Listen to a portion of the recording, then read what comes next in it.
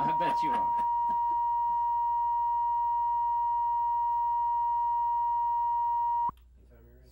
Okay, I'm reading from the Knoxville Journal. You remember the Knoxville Journal? How did it regard labor? Well, I don't remember just exactly how they did regard the News Sentinel, but the Journal put out a lot of writing on it.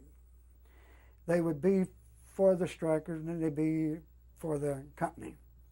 Now, they had to work both ways because they're in business, and that's the way they got sold their papers.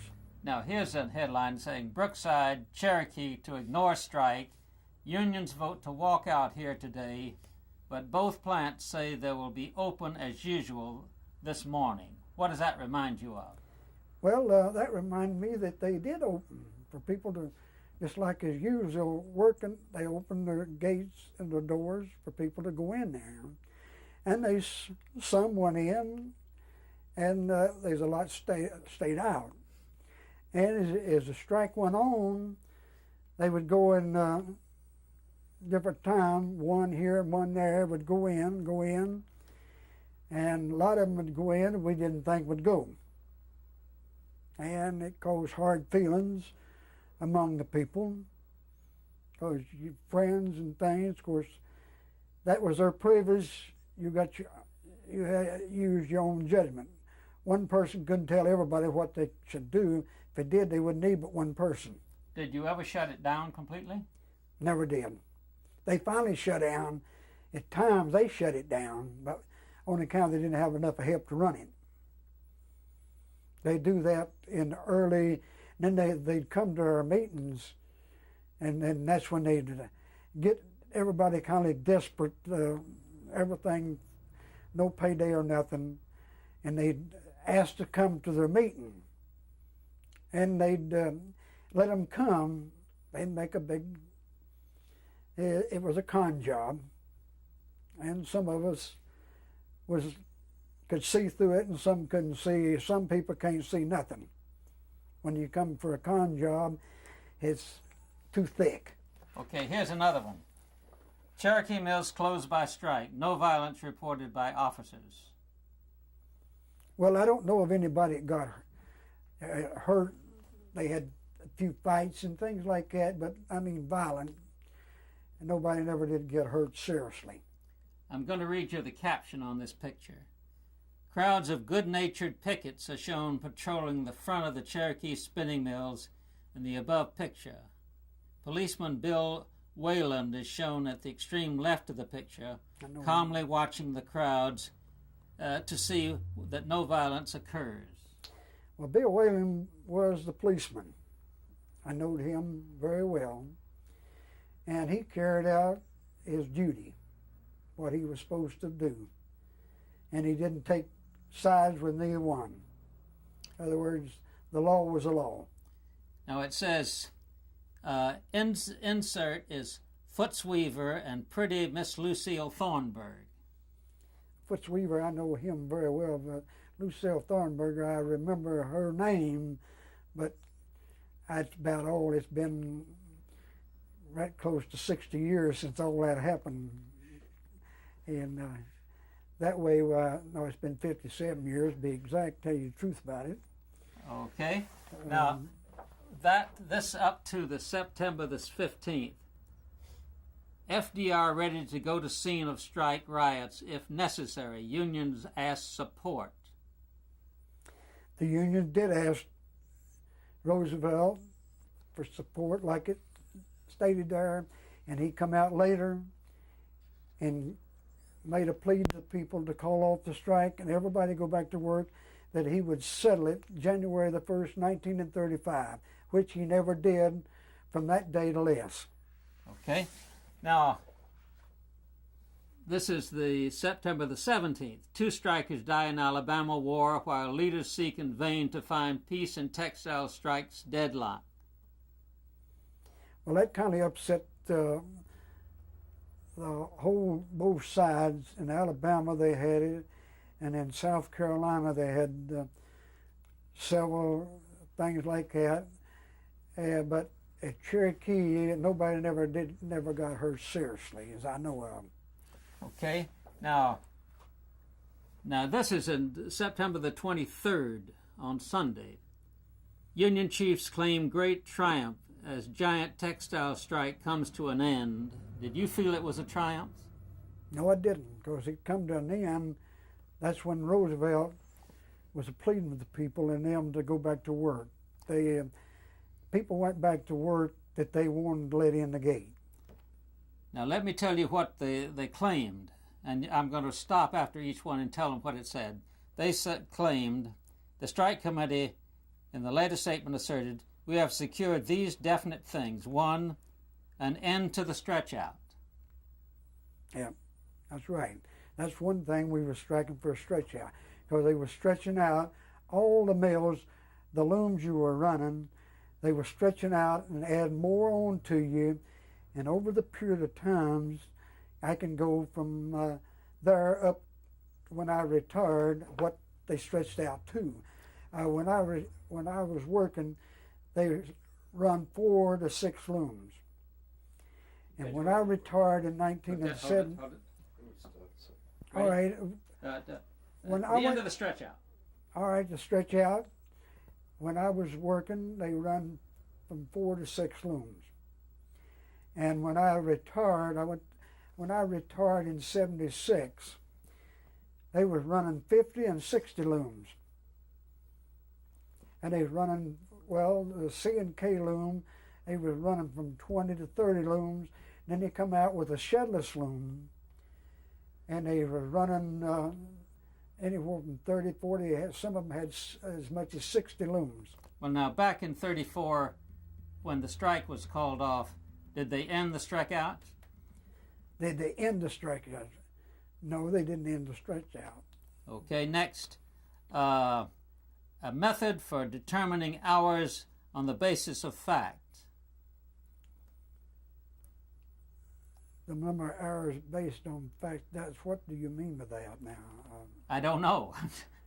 Well, I don't know where the stretch out, well, when they stretch you out, see, they cut your wages, but they give you more, they could work more hours before the NRA went in. You could work all the hours you wanted to. Now, but 55 hours was what you're supposed to work, but you could work more hours than that. You could work another shift or work Saturday afternoon or anything, run your loom. You got paid by the pick. Now, the final thing they promised was that people could go back in without danger of losing their jobs if they had been out on strike. That's right. They promised, like Roosevelt come out and said, everybody go back to work. And they promised to put everybody back to work according to what his statement was. I didn't hear any of them say that, but that was his statement, that they agreed to put everybody back to work, that he would settle it January the 1st, 1935, which he never did. But the people put them back to work is the ones they wanted to put back to work.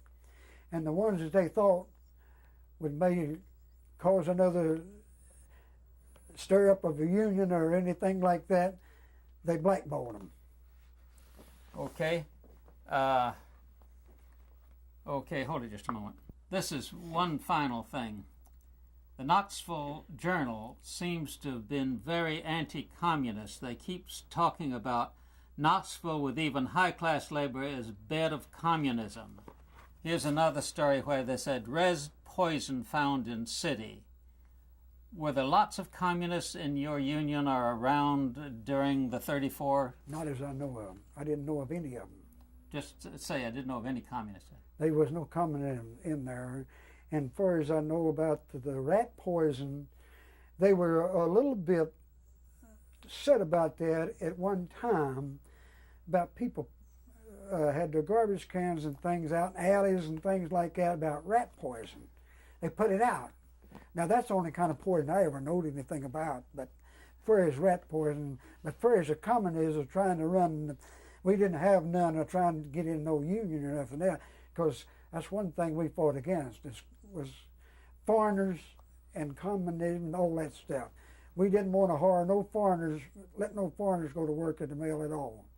Well, why would the paper be having all these headlines about communists here in Knoxville? Well, tell you this much about the one that wrote these things during that, done that for their job to get a big something to write about. They didn't do it truthfully and publish it like the truth ought to have been published. They didn't publish it right because they tried to get in with the strikers and everything and do everything they could against the strikers and say it's going to be ruled with that now. And why did our government let companies put mills in the foreign countries for in the next place? They got mills all over everywhere, because I can tell you how many Burlingtons got when I was with them. In fact, they tried to get go to one of them. I wouldn't do it. To show them how to operate machinery and stuff like. I said, there ain't no way you get me over there. If you don't want me, these other mills will just want me. Because back then I come here in Knoxville.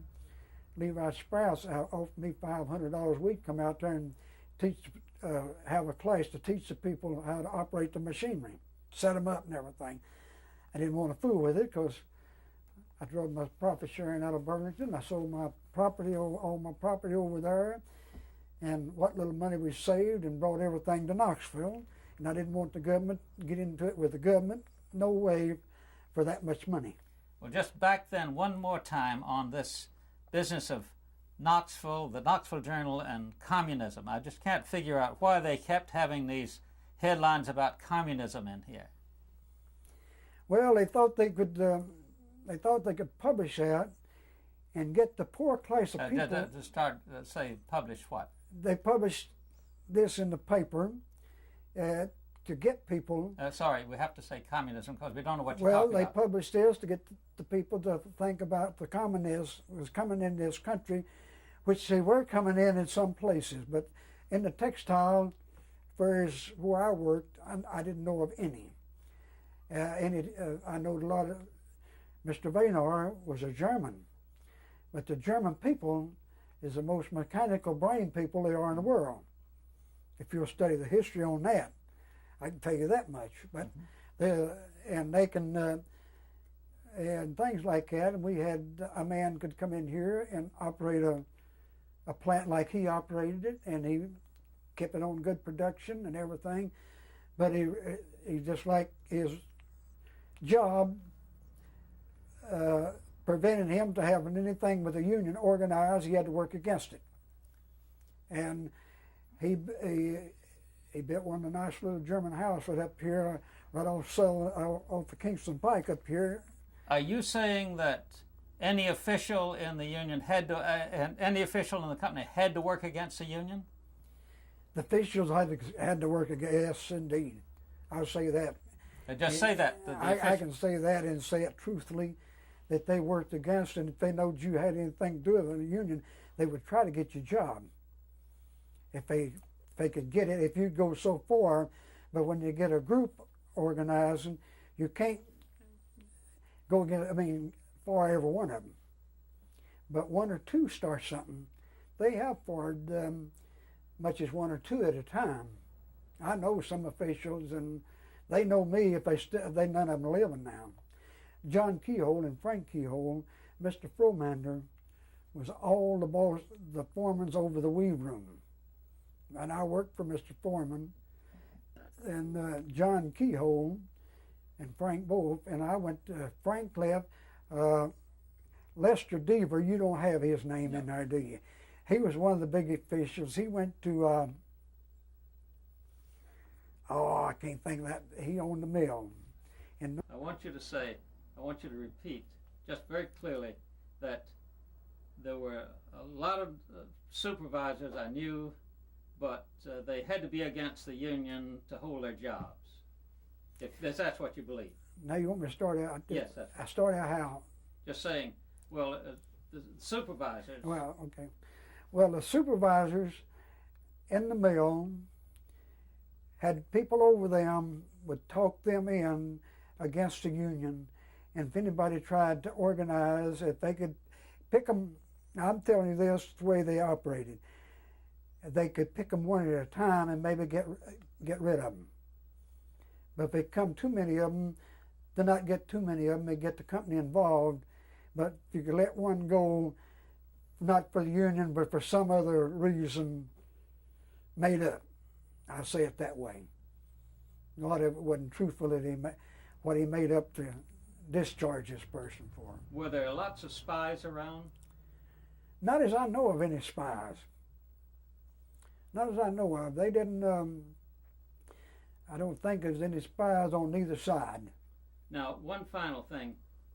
Down in Gadsden, we found that some of the second hands were accused of being very nasty to the women and taking advantage of them. Have you ever heard about that in this mill? No, I never heard this in Cherokee Mill or the mills that I worked for, other mills. I never did, because in the mill I worked for when I retired, they had the best rules and everything, and was carried out. And if you mistreated anybody or talked nasty, supervisors, I'd say supervisors, well, they used to call them second hand, but they call themselves supervisors and district managers and this and that and the other, but we used to call them just plain old second hand. But if they mistreated anybody, was found out, they were discharged. And Burlington had a rule. I loved their rules and everything that they had, because you went step by step and you didn't jump the ladder. You went from step to step to get a grievance solved. And somebody, if you had to go all the way to the top, somebody down the line that didn't give you an answer was gone. Good.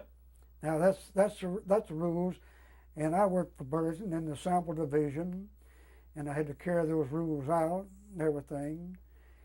And a lot of rules that Burlington had me to do I didn't like, because I worked. Now let me explain this, if you will. The blacks, the colored people in the mills, way back in the 30s. Well, now I tell you,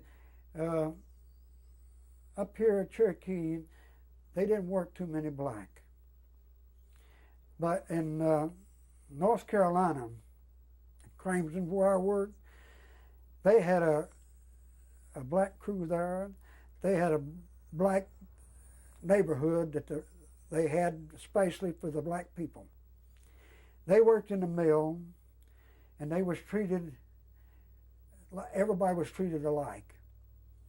They run their jobs, and if they went out of their way and got out of line or anything, they was treated just like me or anybody else that got out of line.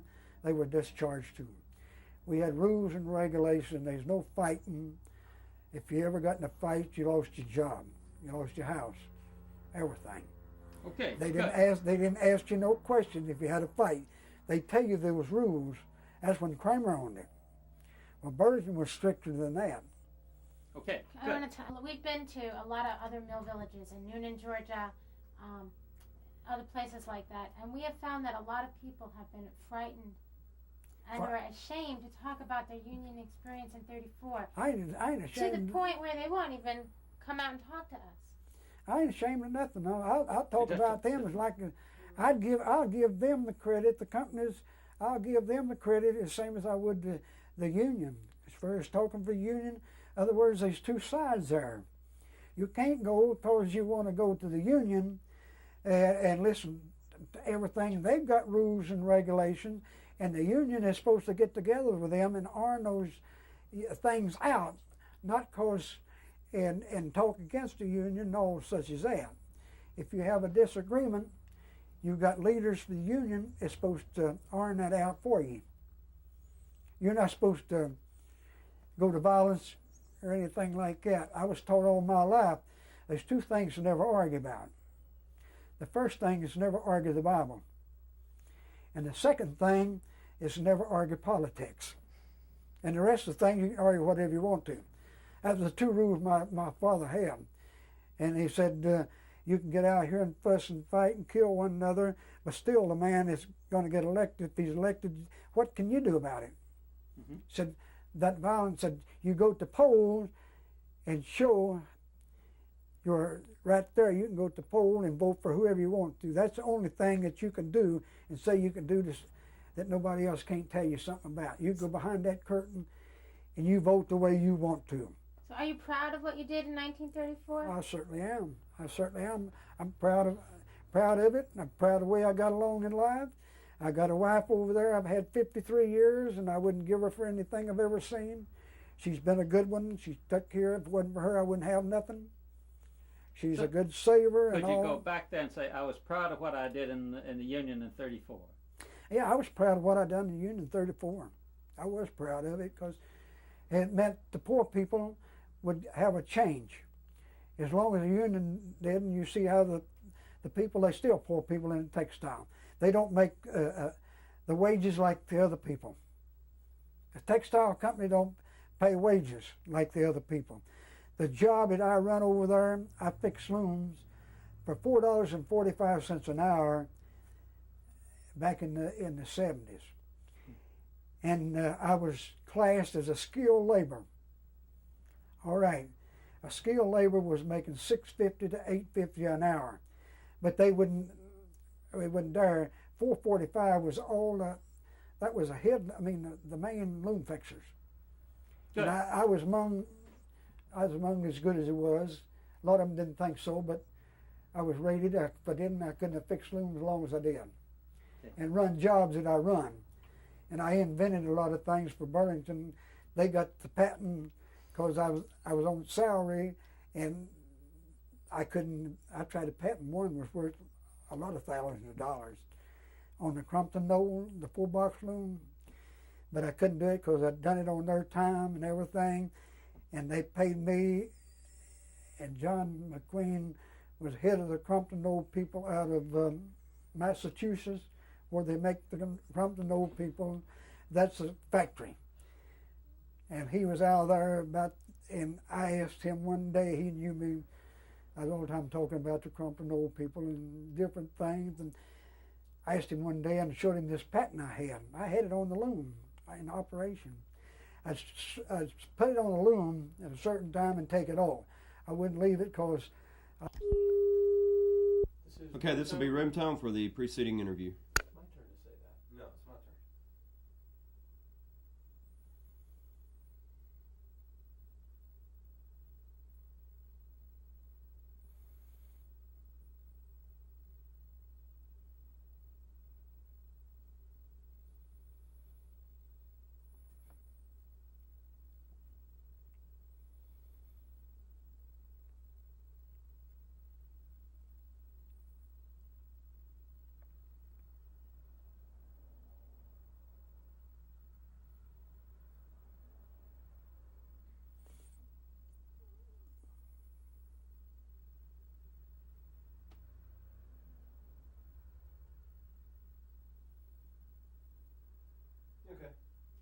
Okay, Tim, you got downshift. Okay, just flip away. What do you want,